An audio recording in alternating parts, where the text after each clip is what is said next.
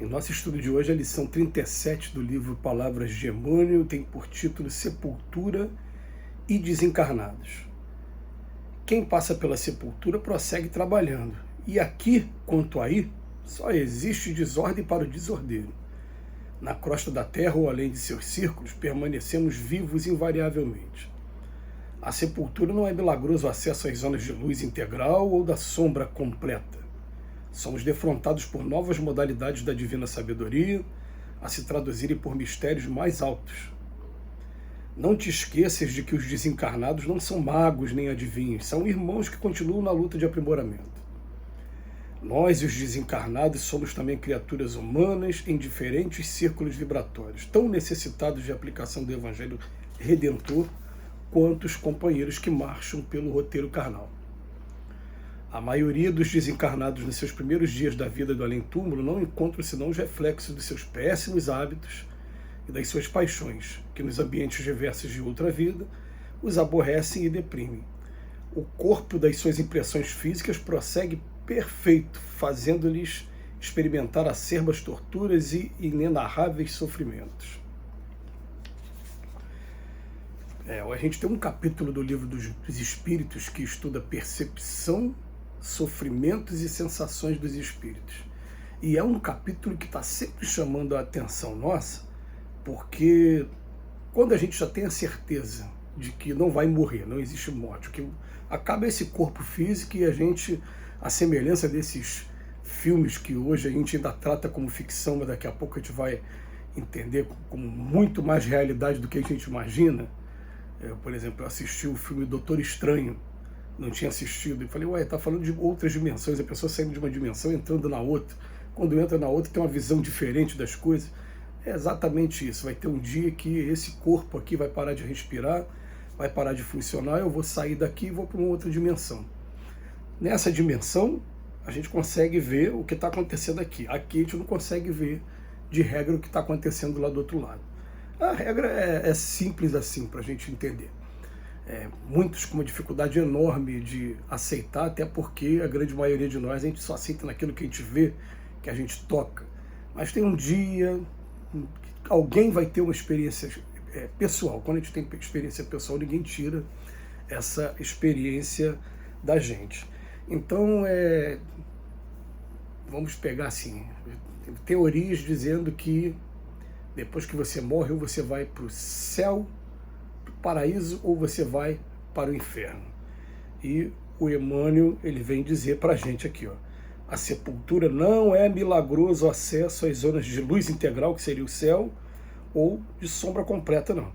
Nós somos defrontados por novas modalidades da divina sabedoria, a se traduzirem por mistérios mais altos. Então a gente vai à escada de Jacó, lá do Velho Testamento.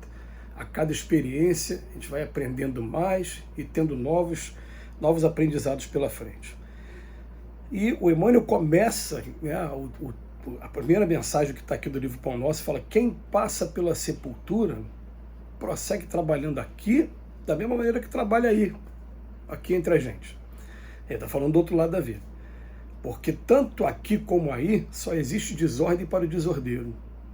Na crosta da terra ou além dos seus círculos, permanecemos vivos invariavelmente. É a mensagem do Emmanuel falando da imortalidade da alma.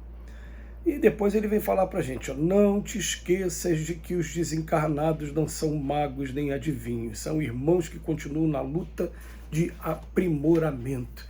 Gente, essa foi a grande pesquisa, o grande legado que Allan Kardec deixou para a gente. Allan Kardec descobriu que, na verdade, existe um mundo, uma dimensão paralela que vive convivendo junto com a gente e que os espíritos que estão nela são iguais a gente. Uns com mais conhecimento de matemática, outros com menos. Um com mais moralidade desenvolvida, outros nem tanto. Um mais odiosos, outros já aprenderam que o ódio é o caminho para te deixar o tempo todo nas sombras. Cada um no seu aprendizado. Então, é interessante a gente trabalhar essa ideia, porque a gente vive no Brasil, e aqui no Brasil a gente convive também com outras religiões que fazem uso da mediunidade.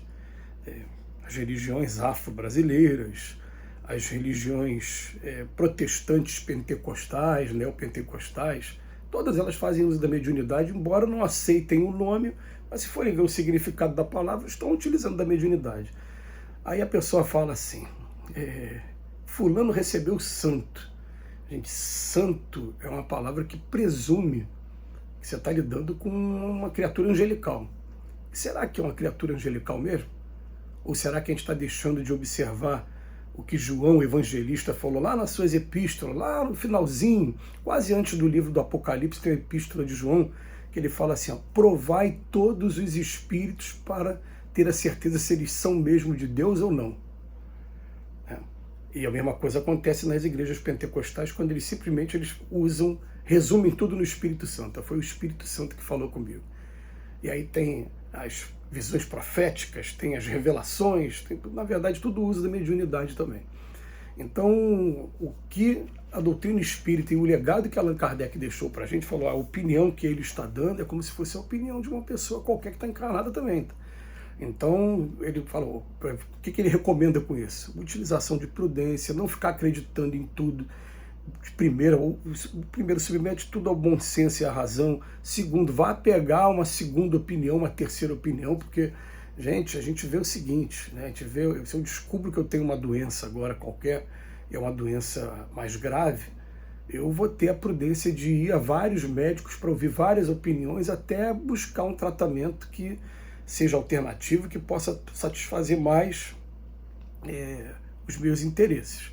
Como um amigo, por exemplo, que ele conseguiu, no final das contas, ele ia fazer uma cirurgia na face da filha, por conta de um câncer muito agressivo, uma filha muito nova, e descobriu um médico que fez a cirurgia interna, sem danificar muito, sem ficar aquelas cicatrizes externas. A gente tem que buscar.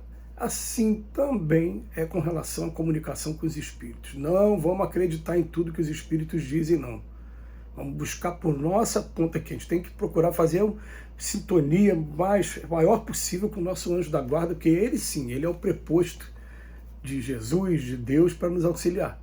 Ele é aquela figura da trindade aí, né? O Pai, Deus, inteligência suprema, causa primeira de todas as coisas, Jesus, seu Filho, guia, modelo, governador do nosso planeta, e um para cada um de nós, porque todo mundo tem pelo menos um anjo da guarda, todo mundo tem um anjo da guarda. Nós, os desencarnados, somos também criaturas humanas em diferentes círculos vibratórios, tão necessitados da aplicação do Evangelho Redentor, quanto aqueles que estamos aqui encarnados. Olha a mensagem que o Emmanuel deixa de maneira gritante para a gente. Ele fala para a gente,